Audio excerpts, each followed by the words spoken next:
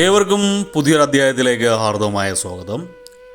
ഈ അധ്യായത്തിൽ ഇവിടെ വിശകലനം ചെയ്യുന്നത് ഉത്രാടം നക്ഷത്രത്തിൻ്റെ 2025 ആണ്ട് ജൂൺ മാസത്തിലെ ഗുണദോഷ ഫലമാണ്. ഞാനൊന്ന് പറഞ്ഞോട്ടെ, ഇത് ഉത്രാടം നക്ഷത്രക്കാരുടെ പൊതുവായ ഫലമാണ് ഇവിടെ വിശകലനം ചെയ്യുന്നത്. നിങ്ങൾക്ക് വ്യക്തിഗത ഫലം ലഭിക്കുന്നതിനായിട്ട് നിങ്ങളുടെ ജാതകം ഒരു ഉത്തമനായ ജ്യോതിഷിയെ കാണിച്ച് രാശിചിന്തനം നടത്തി മുന്നോട്ട് പോകുന്നതായിരിക്കും ഉത്തമം. ഇനി പൊതുവായ ഫലത്തിലേക്ക് വരാം.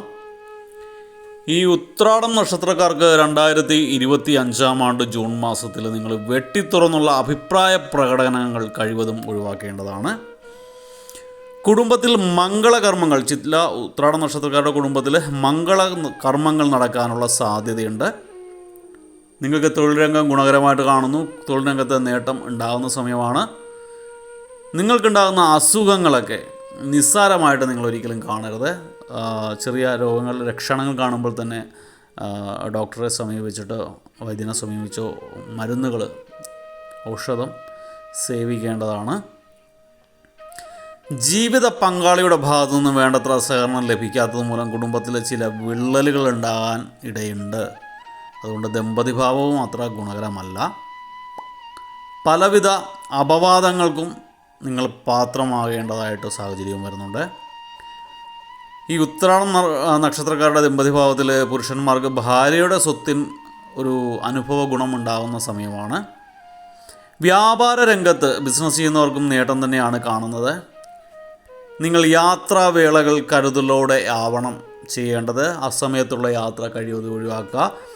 യാത്രാവേളകൾ തുടങ്ങുമ്പോൾ തന്നെ വിഘ്നേശ്വര ഭഗവാനെ മനസ്സിൽ ധ്യാനിക്കേണ്ടത് ഉത്തമമായിരിക്കും. നിങ്ങൾക്ക് ഉദര സംബന്ധമായിട്ട് ചില രോഗങ്ങളൊക്കെ ഉണ്ടാകാനുള്ള സാധ്യതയുണ്ട്. അതുകൊണ്ട് പുറത്തു നിന്നുള്ള ഭക്ഷണങ്ങളൊക്കെ കഴിയാവുന്നതും ഈ മാസം ഒഴിവാക്കുന്നത് ഉത്തമമായിരിക്കും. അതുപോലെ തന്നെ നോൺ വെജ് ഫുഡുകൾ, മത്സ്യമാംസാദികളൊക്കെ ഒന്ന് ഒഴിവാക്കുന്നത് ഗുണകരമായിരിക്കും. നിങ്ങൾ പുതിയ തൊഴിൽ മേഖല ആരംഭിക്കാനുള്ള സാധ്യതയുണ്ട്.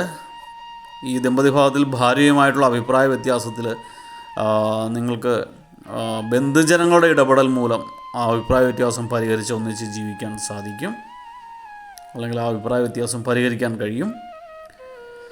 വിദ്യാർത്ഥികൾക്കൊക്കെ ഉപരിപഠനത്തിനുള്ള യോഗം കാണുന്നുണ്ട്. ദീർഘനാളായിട്ട് പഠനം നിർത്തിവെച്ചിരിക്കുന്ന വിദ്യാർത്ഥികൾക്കൊക്കെ വീണ്ടും പഠനത്തിൽ ചേരാനുള്ള, ഇഷ്ടപ്പെട്ട വിഷയത്തിലോ കോളേജിലോ ഒക്കെ സീറ്റ് ലഭിക്കുന്നത് മൂലം വീണ്ടും പഠനം പുനരാരംഭിക്കാനുള്ള യോഗം കാണുന്നുണ്ട്. നിങ്ങളുടെ പ്രവർത്തനങ്ങൾക്കും പ്രയത്നങ്ങൾക്കൊക്കെ ഫലമുണ്ടാകുന്നൊരു സമയമാണ് ഈ ജൂൺ മാസം.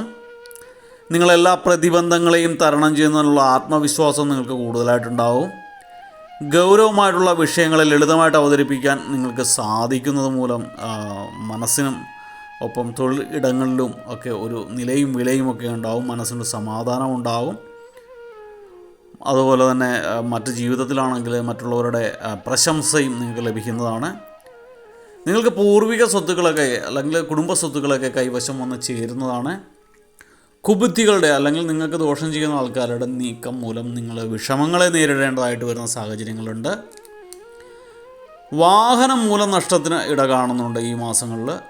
അതുതന്നെ സഹോദരങ്ങളുടെ ഉന്നമനത്തിന് വേണ്ടി നിങ്ങൾ അഹോരാത്രം പ്രയത്നിക്കുന്നൊരു അവസ്ഥയും കൂടി ഉള്ളതാണ്. പൊതുവേ ഗുണദോഷ സമ്മിശ്രമാണ് ഫലമെങ്കിലും ദോഷഫലങ്ങളുടെ കാഠിന്യം കുറച്ച് കൂടുതലായതുകൊണ്ട്, പ്രത്യേകിച്ച് ദമ്പതിഭാവത്തിലൊക്കെ ദോഷഫലങ്ങളുള്ളതുകൊണ്ട് നിങ്ങൾ ഒന്ന് ശ്രദ്ധിക്കേണ്ട സമയമാണ്. കുടുംബത്തിൽ സ്വസ്ഥതയും സമാധാനവും ഒക്കെ ലഭിക്കാനായിട്ട് നിങ്ങൾ ശ്രീകൃഷ്ണ സ്വാമി ക്ഷേത്രത്തിൽ വ്യാഴാഴ്ച, ബുധനാഴ്ച ദിവസങ്ങൾ ദർശിക്കുന്നത് ഗുണകരമായിരിക്കും. അതുപോലെ തന്നെ നവഗ്രഹ ക്ഷേത്രങ്ങളിൽ വ്യാഴഗ്രഹ പൂജ നടത്തുന്നത് ഗുണകരമാണ്. അല്ലെങ്കിൽ ബുധനാഴ്ച വഴി ബുധഗ്രഹ പൂജ നടത്തുന്നത് ഗുണകരമാണ്. ശ്രീകൃഷ്ണ സ്വാമിയുടെ പ്രീതി നേടുകയാണെങ്കിൽ എല്ലാ ദോഷങ്ങൾക്കും പരിഹാരമുണ്ടാകുന്നതാണ്. ഭഗവാന് വേണ്ട പരിഹാര ക്രിയകളൊക്കെ ചെയ്ത് ഭഗവാന്റെ മുന്നിൽ ചെന്ന സാഷ്ടാംഗം സർവ്വതും സമർപ്പിച്ചുകൊണ്ട് ഭഗവാനെ സ്തുതിച്ചു കഴിഞ്ഞാൽ, അല്ലെങ്കിൽ ഭഗവാനിലെ പ്രാർത്ഥിച്ച് കഴിഞ്ഞാൽ അദ്ദേഹം എല്ലാ പ്രശ്നങ്ങൾക്കും പരിഹാരം ഉണ്ടാക്കി തരുന്നതാണ്. എല്ലാം ഭഗവാന്റെ കാരണത്താൽ മാറട്ടെ, നല്ലൊരു മാസമായി തീരട്ടെ നിങ്ങളുടെ ഈ ജൂൺ മാസം എന്ന് ആശംസിച്ചുകൊണ്ട് പ്രാർത്ഥിച്ചുകൊണ്ട് നിർത്തുന്നു. വീഡിയോ ഇഷ്ടപ്പെട്ടാൽ ലൈക്ക് ചെയ്യുക. തുടർന്നുള്ള മാസങ്ങളിലെ വീഡിയോ കൃത്യമായി ലഭിക്കുന്നതിനായിട്ട് ചാനൽ സബ്സ്ക്രൈബ് ചെയ്തിട്ടില്ല എങ്കിൽ സബ്സ്ക്രൈബ് ചെയ്യുക. ഒരിക്കൽ കൂടി നന്ദി പറഞ്ഞുകൊണ്ട് നിർത്തുന്നു. നന്ദി, നമസ്കാരം.